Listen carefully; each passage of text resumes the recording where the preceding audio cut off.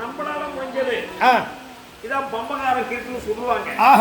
நம்மளால முடிஞ்சது என்ன சொல்ல தெரியுமா? சிட்டு அறிவுக்கு எத்தனை வரை அப்படின்னு சொல்லக்கூடிய இவன் செங்காளி என்றும் அலங்காரி என்றும் மகாதேவி என்றும் சர்வலோக நாயகி என்றும் மன்னவருடைய உயிரை நல்ல முறையில் ஏற்றுக் கொடுத்தால் ஏற்கனவே 33 கோடி தேவர்களுக்கு முன்னாடியாக மரபிலை கொடுத்தால் தேவர்கள் அப்பேற்பட்ட முப்பூசை காவலோடு அன்னதானம் என்பது 32 சிறந்தது அன்னதானம்.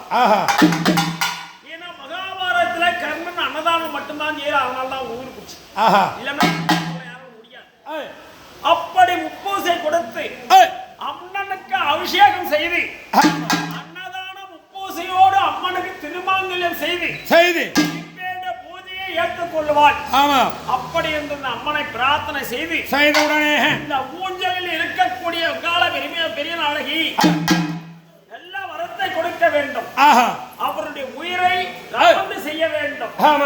அப்படி செய்தால் முப்பூசையோடு அன்னதானம் செய்கிறேன்.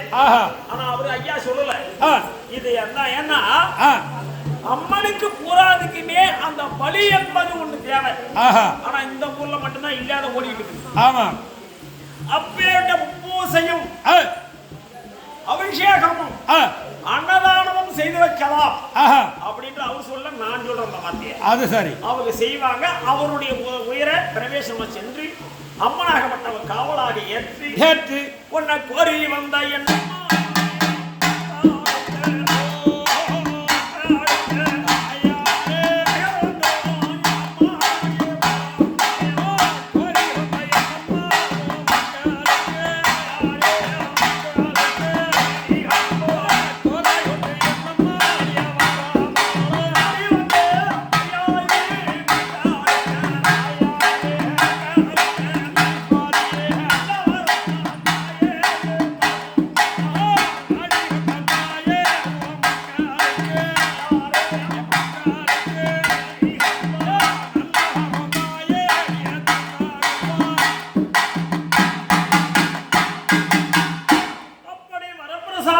பெற வேண்டும். அப்படி என்று அம்மனுடைய பிள்ளைகள் என்று தேவர்களும் மூவர்களும் தேவனையோகோ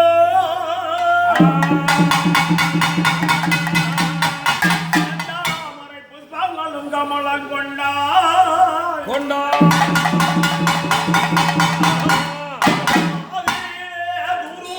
சாபம் கொண்டே அங்கா ஈசரி அவதாரம் செய்தார்.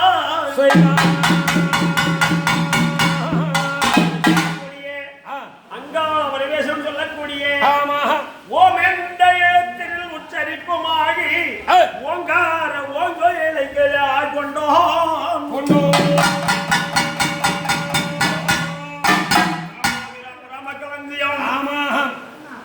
இளவரசர் கோட்டையிலே எழுத்தாளர் பக்தியோடு எந்த குறையும் இல்லாமல் எழுத்தாளராக படிக்கிறது வரக்கூடிய அண்ணன் முருகன் அவர் கைவால் உருவா இஸ்லாம கற்பகம்